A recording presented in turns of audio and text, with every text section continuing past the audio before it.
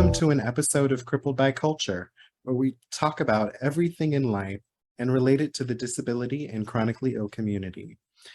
My name is Sean Gold, and I'm an author, advocate, and nonverbal public speaker for the disability community. To provide a quick visual description for accessibility, I'm a Black man with a white tracheostomy breathing tube in my neck. I'm wearing a black shirt. Next to me is the voice you hear speaking for me. This video is of a Zoom call with me and the person talking for me in one box, and my guest is in another box below it. Today, I would like to thank Adam Ross for being my voice in this episode. In this episode, we are talking about the intersections of disability and communicating better with able-bodied people. Before we get any further into the interview, I want to give a shout out to our partnering nonprofit festival for the series, Festability. As a board member, I helped put together a wonderful event in St. Louis at the Missouri History Museum. We had so many activities and vendors set up all over with an amazing headliner for our main stage.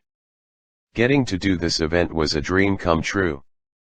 It is the best event in St. Louis to celebrate your disability unapologetically.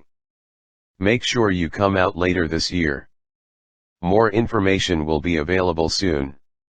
Thank you Festability for sponsoring the series. Now, back to the show. Now, let's get to today's amazing guest. Cherith Jones is a 38-year-old born in Arlington, Texas, raised in Odessa, Texas.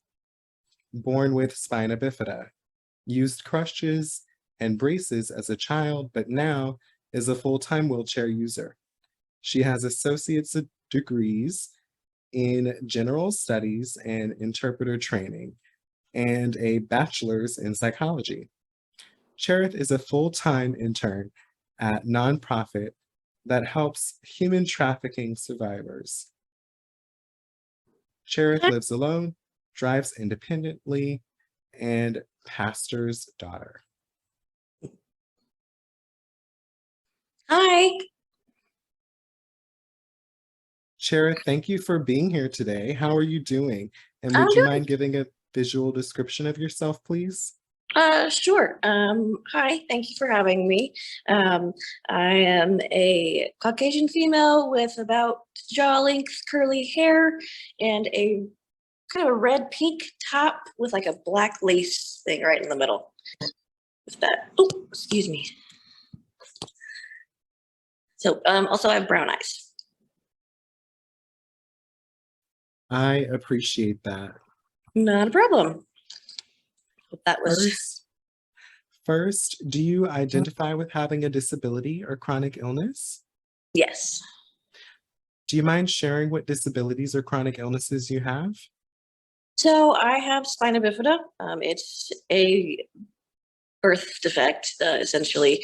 It's a gene that the mother carries. So basically, what it means is that when I was forming in the womb, my spine didn't fuse correctly. Mine's towards the bottom, and it left like a lesion or a hole, and so that affected my development. It affected my ability to walk, and spina bifida affects people differently. There's no two cases are the same. It just depends on where the lesion is along your spine and how severe it is, how open the wound is when you're born. Some people, a friend didn't even know he had it till he was in like junior high. So, but for me, I have no feeling from the waist down. I have some movement in my legs, but not enough, obviously, to walk. So, like I said, I did use crutches and braces as a child, but then once those got, because they were up to, way up. They're heavy and clunky, and when I was little, like I could hold them up, but then as I got bigger and older, I had to hold them up, and it was just really difficult. So I just said, you know what? So full-time wheelchair user. How old were you when you got diagnosed? Right at birth. I mean, I came out and immediately the doctors knew. I was born in 1984, and immediately the doctors knew because there was like a hole in my back in my spine. So from the get-go. Do you feel like there are other things going on that you feel are not diagnosed? Well, I have diagnosed depression and anxiety. Well, no, undiagnosed depression. I have diagnosed anxiety, and I'm pretty sure I'm ADHD. just you just know, just what I've read about it and those kinds of things. I also have hydrocephalus, and that is connected to the spina bifida. That is basically where the fluid builds up, and you need a shunt to drain the fluid that's building up. Mine's in my head, so that is a um, whatever with spina bifida for a lot of people. Not all, I don't think, but a lot of people with spina bifida have hydrocephalus as well. So, How are you dealing with the depression? um, and again, I haven't been formally diagnosed with depression, but when you spend your days, not getting out of bed, you kind of, I'm doing okay with it now. I think seasonal depression is a thing where as it gets colder and it gets darker sooner, that kind of affects your mood. So I just have to be careful about isolating. I think that's the biggest thing when you're dealing with mental illness or any illness really, but especially mental illness. You tend to want to isolate because you don't want to bother people, and you don't want to be the one that drags them down or whatever it is.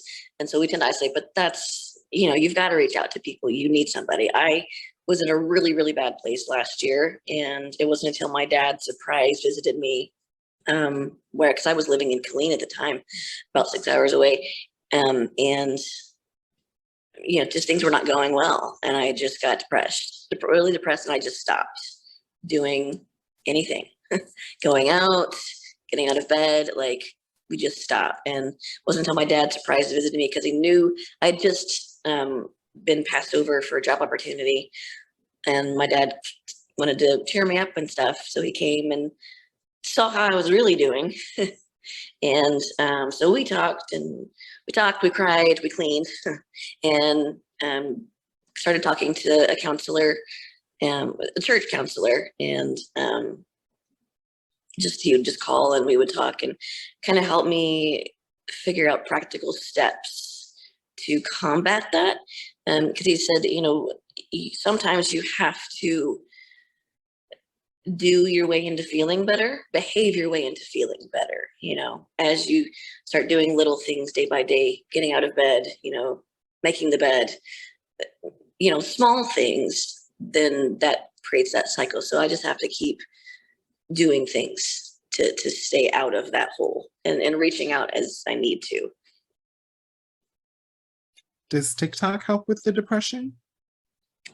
I think so, to me, because I've been on TikTok I started last April was when I made my first TikTok, the 1st of April of last year. And I think it does help, but it also can contribute if you're not careful. It's one of those in moderation things. And sometimes I get too into TikTok and, and do that isolating thing that becomes a detriment to my mental health. But the good thing about TikTok is it does connect people and it does bring people together. And it is helpful to scroll through videos and see that there are people that are going through the same things as you are and are having similar experiences. And maybe they've found ways to combat that. And so it can be a double-edged sword, I think. How's the counseling going? Is it helping? Oh, and I love your videos. Oh, thank you. I actually hadn't been to counseling in a while, and I need to find someone in town. But I've been doing pretty well, and it was helpful. I started counseling with the church counselor when I lived in Killeen, and then I ended up moving like a month later. So just a few sessions, but it was really good. He gave me some tools, some practical action steps. and a couple of books to read, to kind of help things. So it's been helpful. And I, I've been in counseling before. I was in counseling when I started having panic attacks back. My mother was diagnosed with cancer in 2013. And then I started my first year as a teacher in 2014. And then I think I had my first panic attack. I believe it was, I know it was spring break. So I believe it was spring break of 15, because it was the 14-15 school year. And that was my first panic attack, and I didn't know what was going on. I thought I was dying. And so that's when I first got into counseling. And it helps, because you get those thoughts. So many times thoughts in our mind, once we get them out and we speak them, they lose their power, because in their mind, they're so big. And then you get them out, especially when you reach out to someone, like I said, you see that, number one, you're not the only one. Number two, you're not crazy. And this is normal, and it is okay to feel however you feel. But also sometimes we need help figuring out how to deal with it. And so I think I think everybody should be in counseling personally. I know a counseling app I used if you want it. Which is it? BetterHelp? Pride Counseling. Is it called BetterHelp? It's called Pride Counseling. Oh, okay. Okay. Yeah, I'll have to look into that for sure. Insurance company isn't an option, but they offer scholarships. Oh, interesting. Okay. Also, I will look into that. Thank you. Yeah, I've been, like I said, I've been in counseling before, and I've been kind of looking, not seriously looking, because I've been doing pretty well recently. So once I got this new job, I started a new job in March and moved, not to where I grew up, but just the next town over. And so since then, I've been doing pretty well for the most part. I know it's, like I said, it's kind of getting towards the holidays, and that seasonal depression can kick in. So I kind of want to nip it in the bud. So, but thank you. Yes, I will look into that for sure. My therapist was also disabled. Really? That's interesting. I don't live, I know telehealth is a thing, and online counseling is so huge. And I need to try it, but I was always just going to the office, and we don't have a very large disabled community where I live. And so, yeah, I've always had an able-bodied counselor, which, I mean, either way, I don't know. It would be nice to have a counselor that's disabled, but for me, it's not a necessity, Me either. I didn't expect it. Really? That's interesting. Did you have to go through your own internalized ableism? Tell me more. What do you mean by that? Like, did you hate your disability or ever wished you weren't disabled? For the most part, no, I've done pretty well. But I mean, as you live life and as you grow up, and being someone born with a disability, yeah, I think for me, it was situational. Just as a general rule, no, I've been pretty comfortable and confident in myself. It is what it is, and I don't really worry about it most of the time, unless it's kind of put in my face in a situation where I'm with my friends, and especially growing up, like at church camp, I went a few times, and there were just activities that I physically could not do, and so in those times, that's where you get frustrated and you wish I could walk. And for me, the big thing for me with my disability is trusting that people are genuine when they in a friendship. You know what I mean? Are they genuinely my friend, or are they just being nice? That's kind of always the overthinking thought. in my brain, or it can be. Some people, it's easy to tell. But some people, you're kind of like, you just kind of wonder, like, okay, are they genuinely like, or are they just being nice? You know what I mean? So those are the things that I kind of struggle with throughout my journey, or throughout my life. And, it gets, for me, I'm good about feeling it and having emotions about it and crying about it, or whatever I need to do, writing, journal, whatever it is that I do to cope with that in the moment. And then I can let that go, because it's a bad moment. It's not a bad life. It's, the situation is frustrating, but overall I'm still a capable person. Like, I still am able to do things. I agree. I believe I can tell much better now. Yeah. And you learn that skill as you get older, as you mature and you go through experiences, and people, and you kind of notice those patterns. I think there's patterns of behavior that you go, okay, this one is, like I have a coworker, and I call him my work best friend, but he's really one of my best friends at this point, because he's just a genuine person. I mean, sometimes we both have similar personalities. He's kind of ADHD like I am, or he is ADHD like I am, and we both get super hangry. If you don't feed us, we're going to be cranky. That's just how that's going to go. And so we have grace for each other in those times where he's like biting my head off and I'm like, did you eat today? And he's like, no. So we do it that way, but we're able to have that kind of honest dynamic where he may be a jerk sometimes, but at least he's honest about it. You know what I mean? And so it's almost like, you almost kind of would prefer to have the friends that, you want friends that are honest with you, that don't care if I don't care if you're disabled, you're being a jerk right now, and I'm gonna tell you about it, so. Yeah, I can definitely tell much better now. Like, this one will last 3 months or versus, the lifelong. Right. Yeah. This is a seasonal person. This is a lifelong person. It's like, I don't know if you've ever seen any, like, of the Medea movies, the Tyler Perry. And there's actually a play. The clip is on YouTube, where Medea is talking about friendships, and she puts everybody in the category of a tree. And, there's some people are like leaves. The wind blows over here, the wind blows this way, they're over here.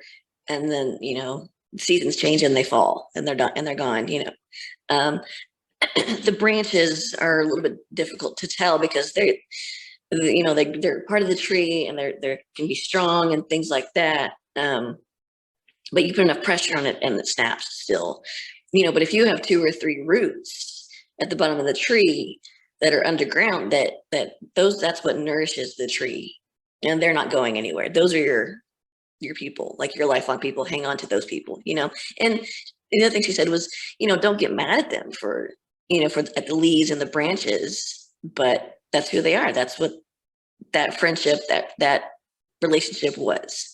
You learned from it, and so it wasn't a waste. Even the leave friends, it's not a waste. You always learn something from other people.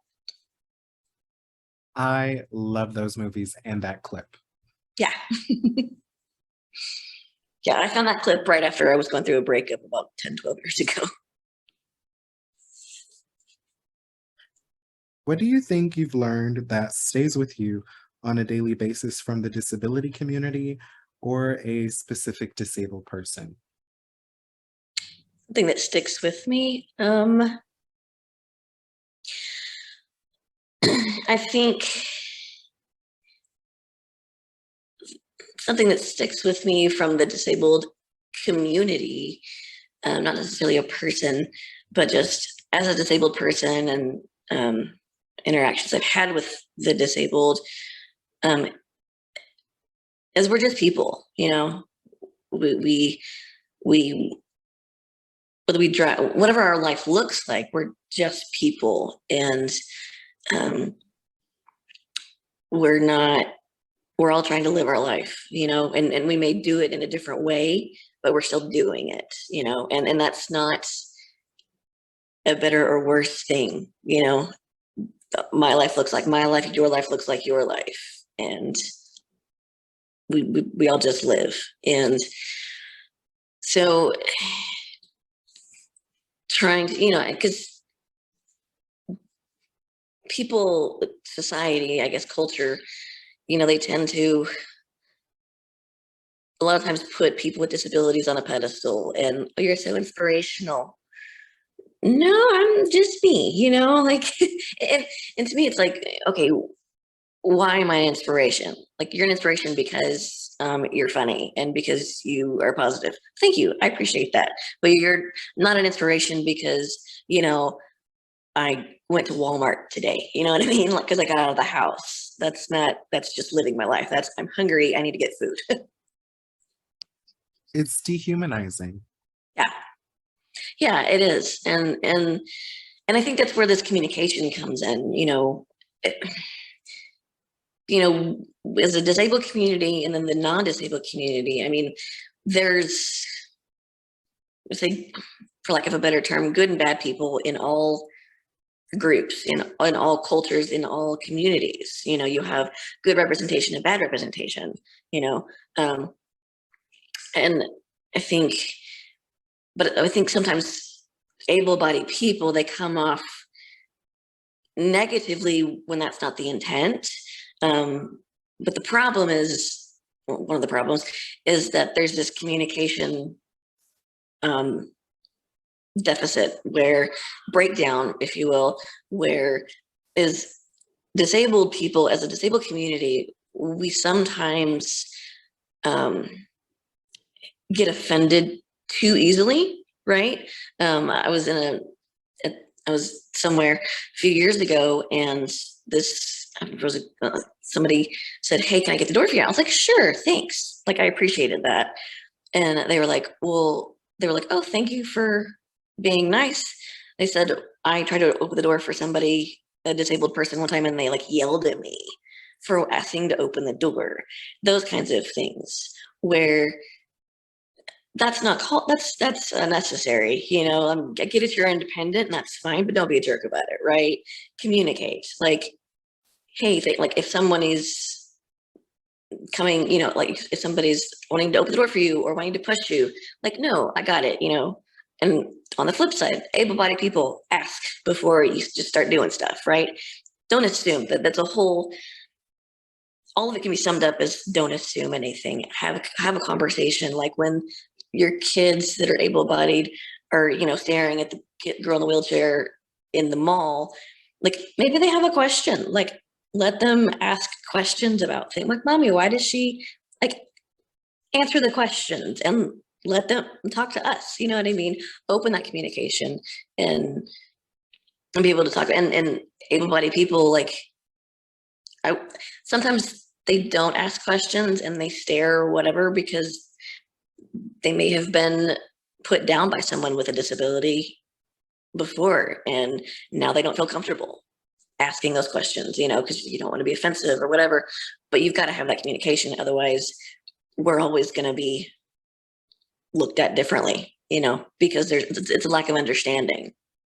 And if you want to understand, you have to communicate, I don't know if you saw my video a few months back, but I talked about it and I basically said, by telling kids to look away, you create the continuous pattern of segregation based on ability.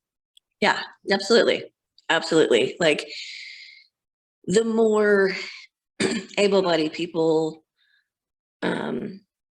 interact with the disabled community, and the more the disabled community allows able-bodied people to feel welcome in our circles, the more that integration is going to happen. You have to, and I think both parties are guilty. I think, like I said, there's give and take on both sides, to where, the able-bodied community,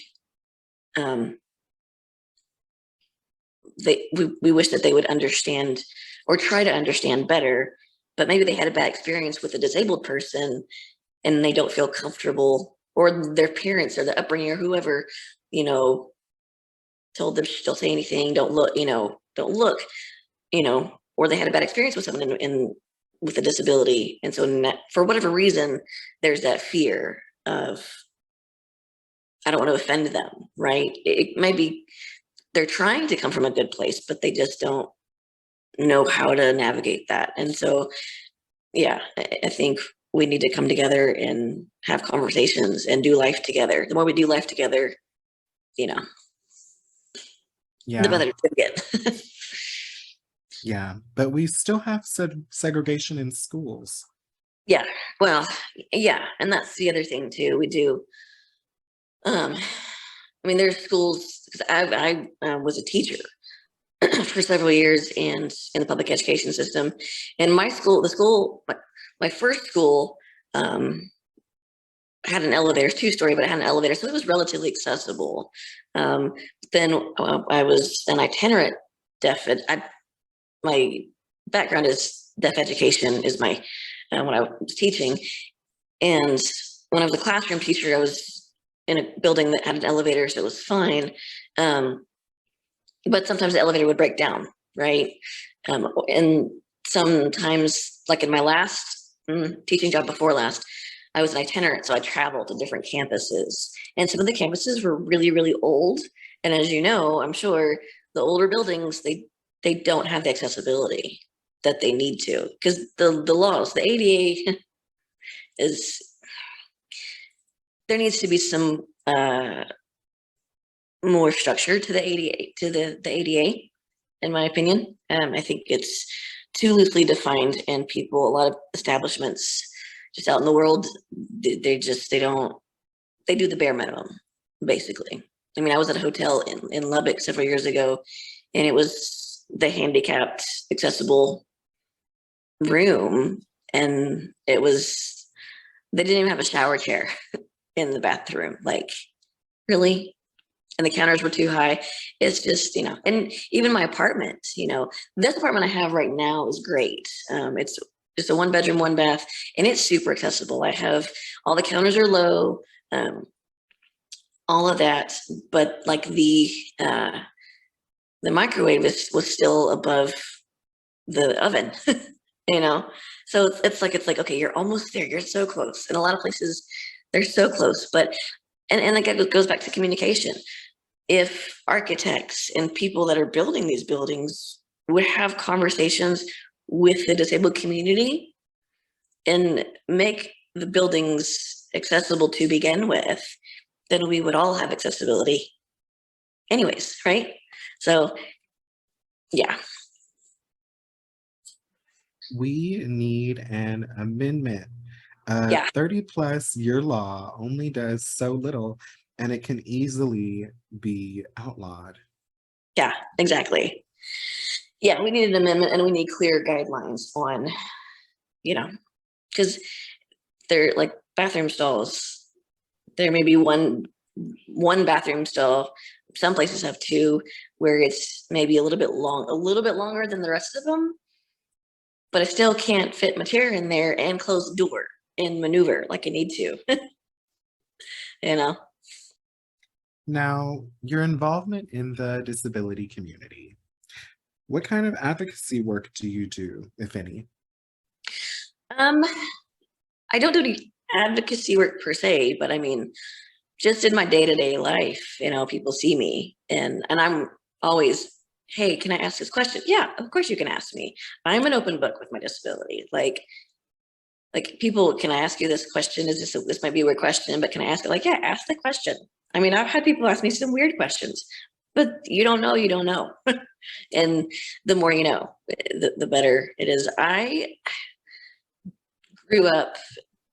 didn't grow up in the disabled community because we don't really have one in my area. I'm not from a big metropolitan area. I'm out in West Texas, and we just don't have a large disabled community.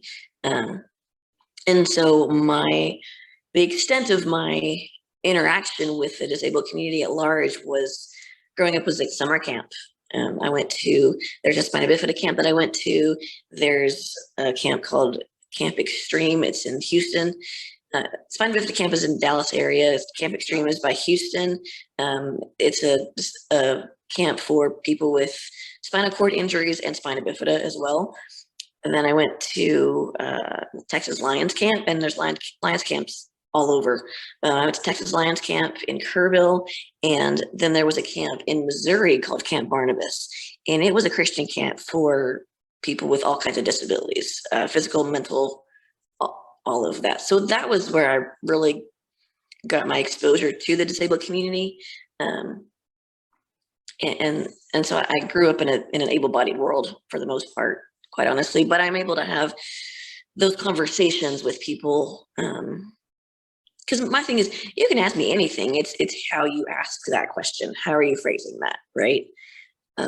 So I always try to be an open book to people, and I try to make people comfortable with my disability. I make jokes. I joke about myself all the time, and sometimes I make jokes and they're like, really? I'm like, yeah, I said it, what? So try to break the ice if some people might be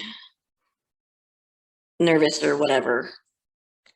What do you think is the disconnect between the non-disabled and disabled community? I think it's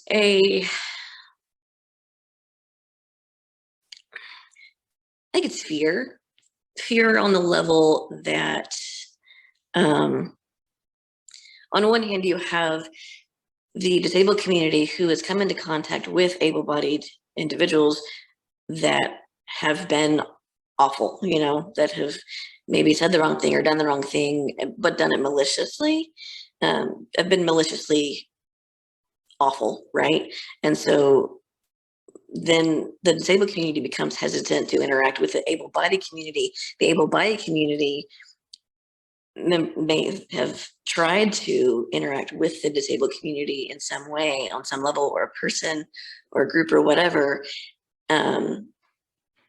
but they got their head bit off or something. Maybe they did and unintentionally say something, or but instead of educating and having a conversation, it goes back to communication. The able-bodied community got snapped at, and shunned, and that was awful, and da, da, da, da. So then, no, they're not going to interact. They're not going to want to have a conversation and interact with the disabled community. I think if people start having conversations and instead of getting angry at the other side for not understanding or not knowing or saying the wrong thing or asking the wrong thing, whatever it is, educate, talk it out, figure it out, and I think that's the bottom line is you've got to, have the courage to ask the questions and have the interactions, and also have some grace and both be willing to communicate and work through those things. It happened this summer with Lizzo and Beyonce. I didn't see that. I didn't hear about that. Oh, the lyric controversy? Oh, no, I didn't hear about that. I'm super out of touch. Yeah, they used what's apparently an ableist word in the UK, but for the Black community, it's just our own language. Oh, oops. No, I didn't hear about that. And that's what I'm saying too. Like, what is offensive to one culture may not be offensive to another culture or community, right? And so someone may say something or use a phrase or a word or whatever it is, with not intending to be offensive and not knowing that whatever they said was offensive or did was offensive. So that's when that community, instead of ripping their head off, say, oh, hey, this is actually offensive because yada, yada, yada. It was ridiculous. Yeah. And that's the thing too. People get so offended so easy. And I'm like, calm down. Like, it's not that deep. I promise it's not. And people, like I said, I make jokes about myself all of the time. Like, to the point where my friends are like, did you just say that? I'm like, yeah, I did, because it was funny. You see my TikToks. Like, it's in my head, it's probably going to come out of my mouth. That's just the way I'm wired. You know, we've got to get comfortable. We've got to relax. Like, that's the thing, relax, you know? Don't get so bent out of shape about stuff so easily. And don't be afraid to say something, you know? You know, because if you're not learning, you're not trying. At least if you say something wrong or you do something wrong, at least you're trying and you're learning, you know? If it's not the R word, I don't see the problem. Right. Especially as an author, I know words have multiple meanings. Right. And that's the thing. I actually, I was at Camp Barnabas up in Missouri, and it's a like I said, it's a Christian camp, and it's a ministry in that, like I said, they take students, campers that are physically disabled, as well as those with mental illness and cognitive delays and things like that, that a lot of the camps won't take, because they see it as, when they're at camp for that week, it gives their caretakers a break, you know, which we all need a break, right? But we were at dinner and we were having a conversation, and I think it was the camp manager or whoever was sitting next to me, and we were having a conversation. I don't remember what it was about, but one of the other people at the table used the word handicapped. And I don't really get bent out of shape about that particular word. Now I cringe when I hear people use the word crippled, but that's a different story. But handicapped, I don't mind as much personally. But the camp manager, who's not disabled, spoke up and said, hey, don't use that because it comes from handicap and, you know, beggars and the whole thing. So he was saying, don't use that. And that, while I appreciated that he was standing up for me or whatever, or educating that person, like, we didn't have that, he and I didn't have that conversation. He didn't know if that offended me or not. You know what I mean? Like, I think, and this is another point to bring up too, is if you're going to advocate for a community that you yourself are not a part of, that's fine. But are you doing it for that community or that person, or are you doing it for you?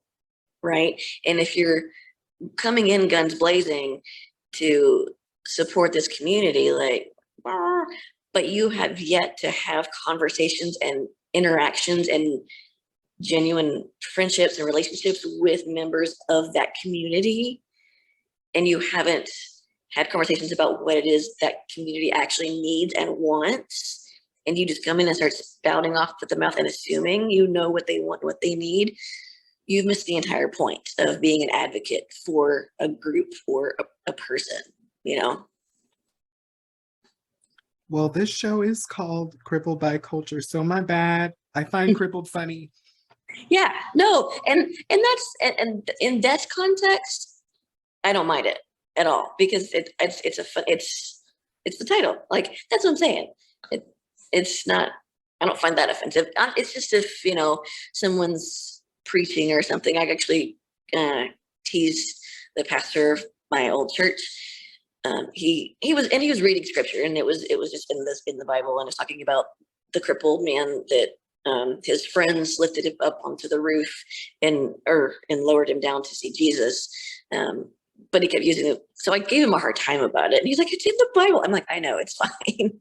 But and you just don't hear that word very much anymore. Unless it's somebody who's maybe older, you know, and that's just their way that they grew up, kind of deal. But yeah, no, you're fine.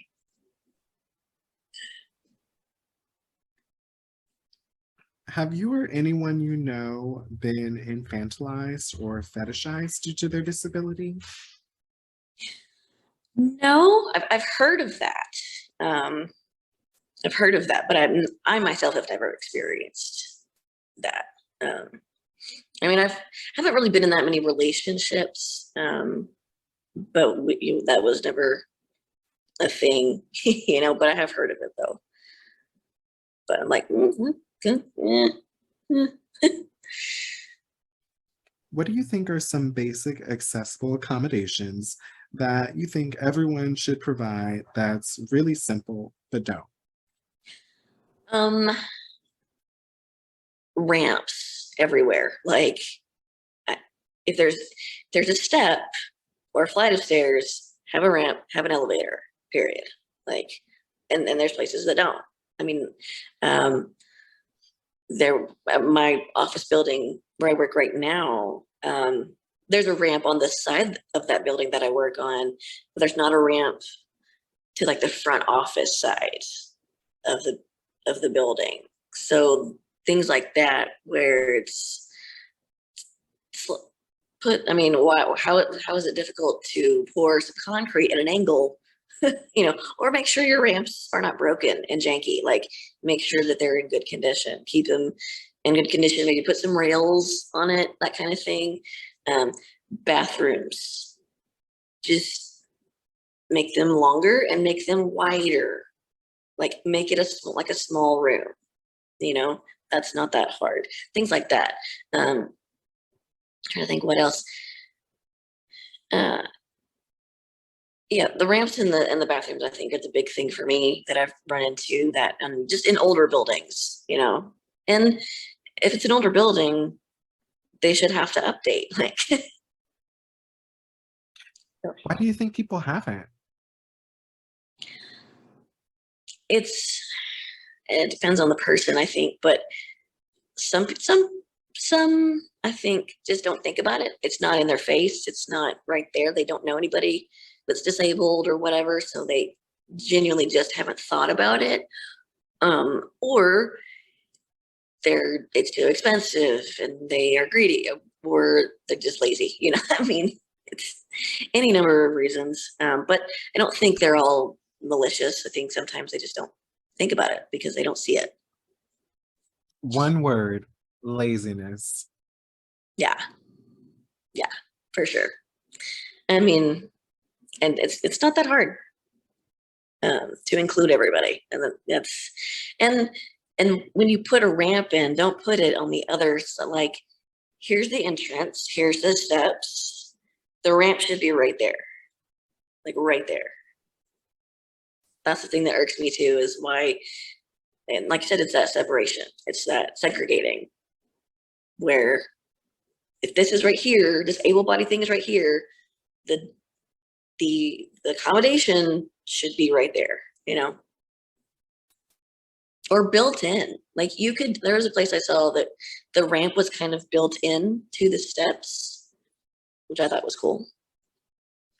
How has your online presence helped?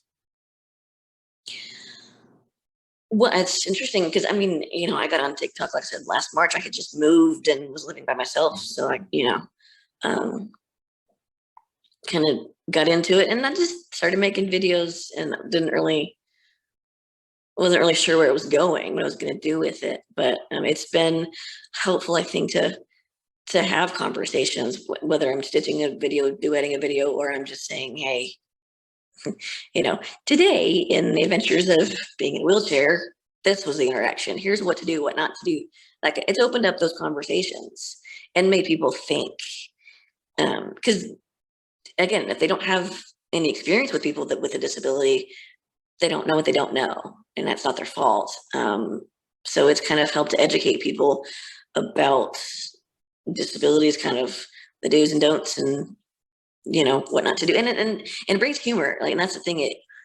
My goal is to educate people, yes, but also let's all relax and have some fun with it too. Let's make a joke, right? I was so surprised that I could gain fast on TikTok. I wasn't gonna use it professionally, but I gained thousands of followers in one video, and I immediately rebranded it from personal to advocacy and Yeah. selling my books. Like, how do you do that? I still can't do that. Like, I still don't get, like, thousands of views on one video. Like, what's the secret to that? You know? It's so random, girl. Their algorithm is one to study. Yeah. Yeah, it's weird. And because the videos, and that's the thing, the videos you think aren't going to do well, that you really didn't spend any time or plan out or anything, they're just off the cuff. They're the ones that do really great, and the ones that you like planned and did all the transitions and all the stuff with it, they like flop, and you're going, oh, okay, well, guess I won't put any effort. Not that you won't put any effort into it, but you know what I mean. Just make the content that you want to make. And then you'll find the people that you want on your page for the most part. How has your content evolved over the years? It's only been just over a year, coming up on 2 years in March. Goodness, or in April. Sorry. I don't know that. I mean, got a better camera for one thing, but also, I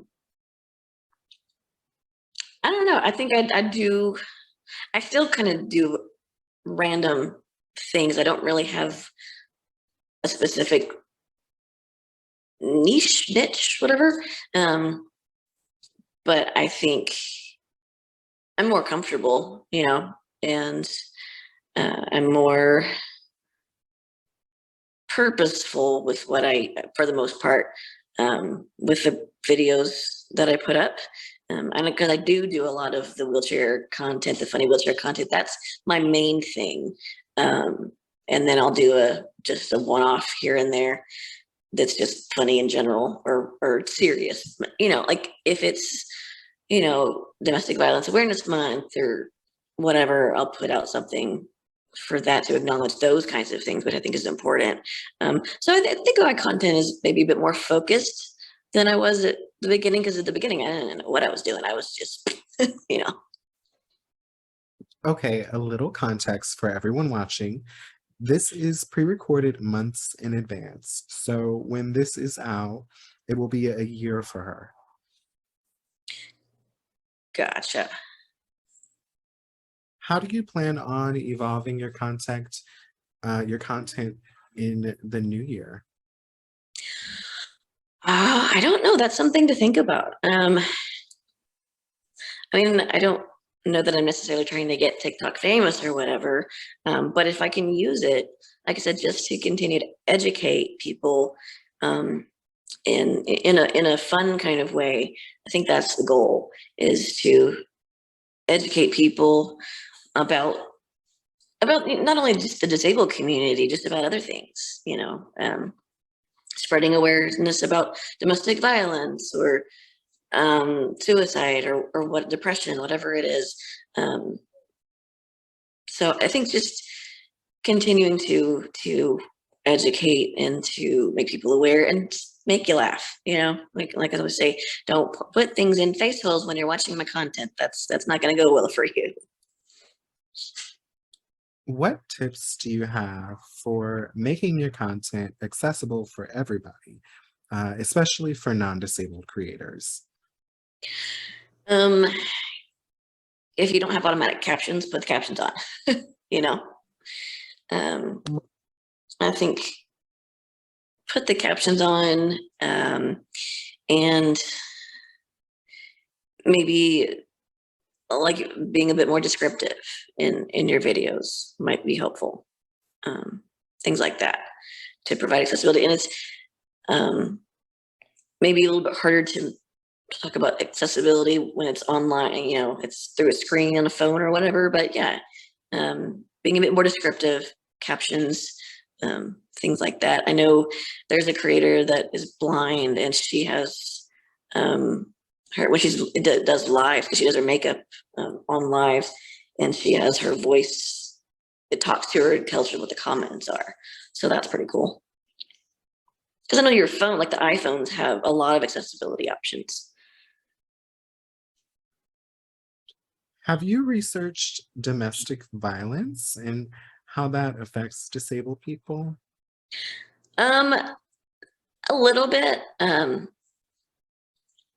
you know, just growing up, like I said, going to camps where there were other disabled people, I saw my friends that had spina bifida and whatever and were disabled being in these relationships that were so toxic, like so toxic. And I'm like, why are you with that person if they are awful? That is a terrible, maybe they weren't hitting them or whatever, but the way that they spoke to them or whatever. I'm like, why, honey? Well, I don't want to be alone. I don't want to. What do you mean you don't want to be alone? Like, that's be girl, be alone, you know, like be comfortable with yourself. And yeah, I think I don't know if it's necessarily higher, but I think I would imagine that the instance of domestic violence and abuse in the disabled community would be a bit higher because, and I think the reason for that is because as a disabled person, you're just, and especially when, and I don't know if as a female, I don't know how it is on, you know, for guys, but for me as a woman, I think that we are more emotional creatures and we want that connection, you know, and so we're just desperate for that connection, for that emotional attachment, that kind of thing. And so we'll get to a point, especially if we don't have good self-esteem, good self-worth, and work on ourselves and know who we are and how great we are as a person, as a single person, that's when you tend to get into you're just looking for something, looking for love, you know, or love or whatever. And they're promising you these things. And the thing about it is these people that are the perpetrators that are domestic violence, that are abusers, the manipulation is so good. They're so good at manipulating. And it's so subtle. It's like I said, I work for an organization that helps victims of or survivors of human trafficking. And most people that have been trafficked do not, well, a lot of people that have been trafficked do not even self-identify as being trafficked because a lot of times the manipulation is such and the abuser has broken them down so much and made them believe that they chose this life, you know? And so it's almost, it's not like in the movies where they're so grateful that you've rescued them, they were kidnapped and all this kind of stuff. No, most of the time it was someone that they knew, you know, a family member, a friend, a boyfriend, girlfriend, whatever, that trafficked them, but manipulated it in a way that, well, I've taken such good care of you, I'm going to let you pull your weight, or, you know, things like that. So it's a manipulation thing where, you know, no one else is ever going to love you. You can't make it on your own. You can't find anybody else like me. You'll never survive on your own. You need me, da, da, da, da. That kind of manipulation and breaking down of people's spirit is what keeps people in that cycle. That's why it's an average of 7 times, I think, before someone leaves their abuser for good. It's about the same when people leave human trafficking or escape or whatever that looks like. So it's a manipulation. Abusive relationships are a mental trap. Yeah, for sure. And that's the thing. It's the mind, you know, because the physical you can see, but the mind you can't see unless you say something, you know, and speak it out loud. Nobody's gonna know because nobody's a mind reader. And they rarely do any studies on male victims of anything due to stigma. Exactly that. And that right there, it's this societal mindset that only men are perpetrators, you know, only men are the abusers. And men can never be abused or not ever abused and are not ever trafficked, right? We just had a summit 2-3 weeks ago for work, and it was a fundraiser for our organization. And there was a speaker, there were 4 speakers, 3 of them were women and 1 of them was a male. He'd been trafficked since he was 8 by a family friend. And he told his parents, but his parents didn't even believe him. His dad has died. His mom's still living, but to this day, his parents don't believe him. I mean, and that's why men keep quiet, you know, and that's, look at the Johnny Depp trial. I mean, Amber Heard was 100% an abuser, in my opinion, you know? And that phone call, that recording, where she's like, they're going to believe you, you're a man. They're not going to believe that you're abused. You're a victim of domestic violence. Well, he was, you know, and I think that's really sad that men don't feel comfortable talking about it, and they can't feel, because we've created, like I said, this stigma that it can't happen to men, and it absolutely can. So we've got to create those spaces and those opportunities for men to speak up and be heard and be believed. And we've got to get better at that. I don't know necessarily what the solution is for that, but somehow we've got to create ways for men to be able to speak up and to have a voice. Because in terms of the statistics, there really aren't statistics in terms of men being sexually trafficked.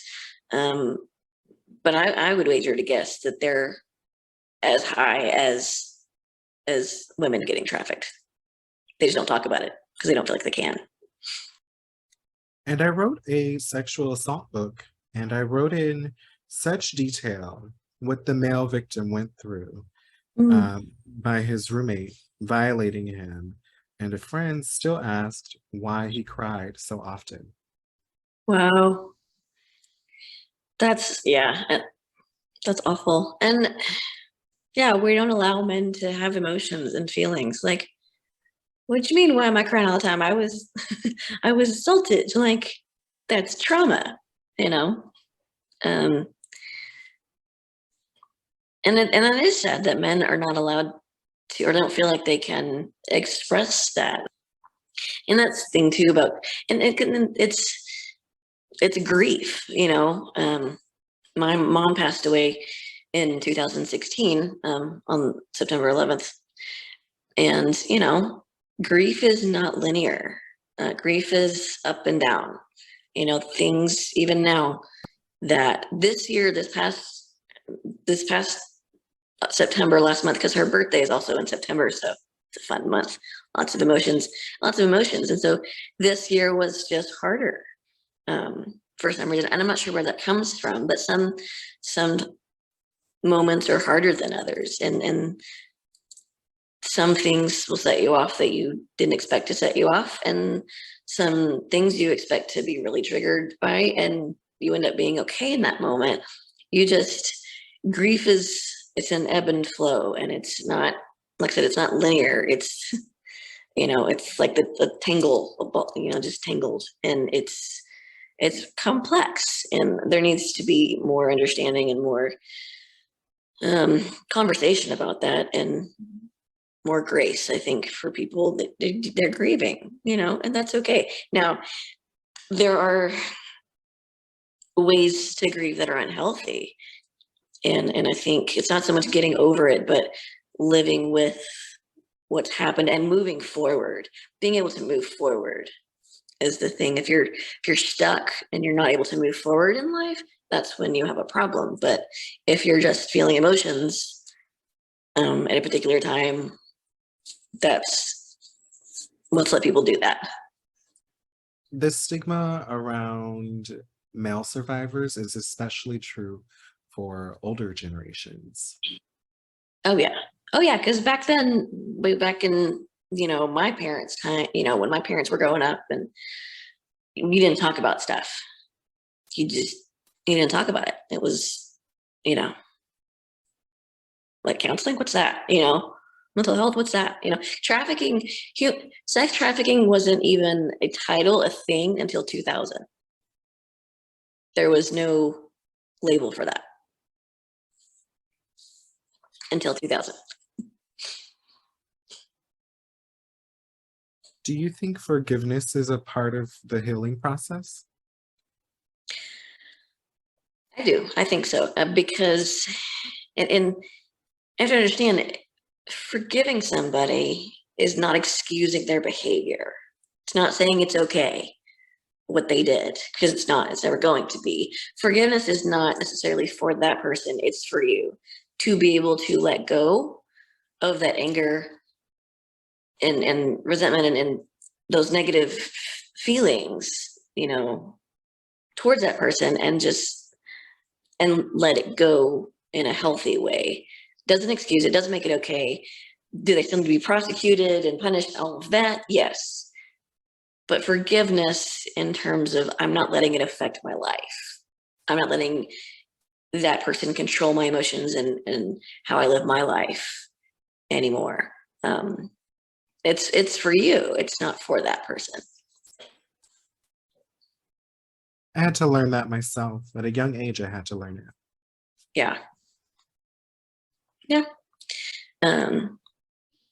Yeah, I mean, there's people that I've been hurt. I mean, I'm 38. I've lived, right? And so people that have hurt me, and, there was a relationship that I had a really hard time kind of letting that go for a while, for like a really long time. But you just get to a point where it's like, oh, it's exhausting. I don't have time for it. I'm too busy doing stuff to worry about you. So, be well, be fed, God bless. Do you, but do you over there. And I'm going to do my thing. This conversation went better than anticipated.